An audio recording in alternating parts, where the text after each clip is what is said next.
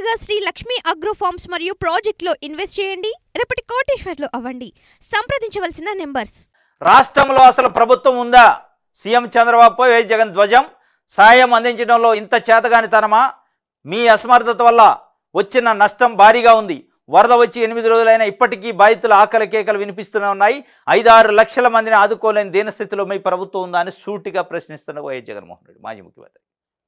రాష్ట్రంలో అసలు ప్రభుత్వం ఉందా అనేది కూడా అడుగుతుండే. వాస్తవంగా ప్రజలు అదే అనుకుంటున్నారు. బాధితులు అయితే స్పష్టంగా ఇదే మాట మాట్లాడారు. ప్రభుత్వం ఉందా లేదా, చంద్రబాబు నాయుడు గారు పరిపాలిస్తాడా లేదంటే వదిలేసిండా అనే పరిస్థితుల్లో ప్రజలు, అంటే బాధితులు స్పష్టంగా, బాధితుడికి తెలుస్తుంది బాధ, మనకి తెలియదుగా. బయట ఒడ్డున ఉన్నోడికి ఏం తెలుస్తుంది, వరదలో ఉన్నోడికి బురదలో ఉన్నోడికి ఆ బాధ ఏం తెలుస్తుంది. వాళ్ళు అనుకుంటున్నారు దాన్నే జగన్మోహన్ రెడ్డి గారు నేను అన్నాడు. ఎందుకంటే 5-6 లక్షల మందికి మీరు ఈ ప్రభుత్వం ఇబ్బందుల్లో ఉన్నోళ్ళని రికవరీ చేయలేకపోతే అసలు ఈ ప్రభుత్వం అసమర్థత ఏ స్థాయిలో ఉందనేది ఆయన చెప్తుండు. ఇంత దీన స్థితిలో ఉంటే ఎట్లా అని చెప్తుండు. ఇంతటి అమానవీయత మీకు మాత్రమే సాధ్యమని చంద్రబాబు నాయుడు గారు చెప్తుండు. ఇంత అమానవీయత అనేది మీకు మాత్రమే సాధ్యం. మీరు ఇంత మానవత్వం లేకుండా పబ్లిసిటీ కోసం తప్ప ప్రజలను ఆదుకునే కార్యక్రమం చేయట్లేదని ఆయన చెప్తుండు.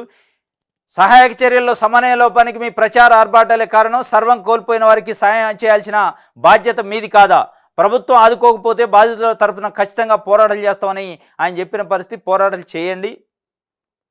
చేయటంతో పాటు మీరు కూడా ఒక బాధ్యత గల ప్రతిపక్ష పార్టీ, ఒక 5 సంవత్సరాలు అధికారంలో ఉన్నారు. మీరు కూడా మీ పార్టీ కేడర్ మొత్తం వరద బాధితులకి సహాయం చేసే కార్యక్రమంలో ఉండాలి. ఎందుకు ఉండకూడదు? ప్రభుత్వం ఒక్కటే ఎందుకు ఉండాలి?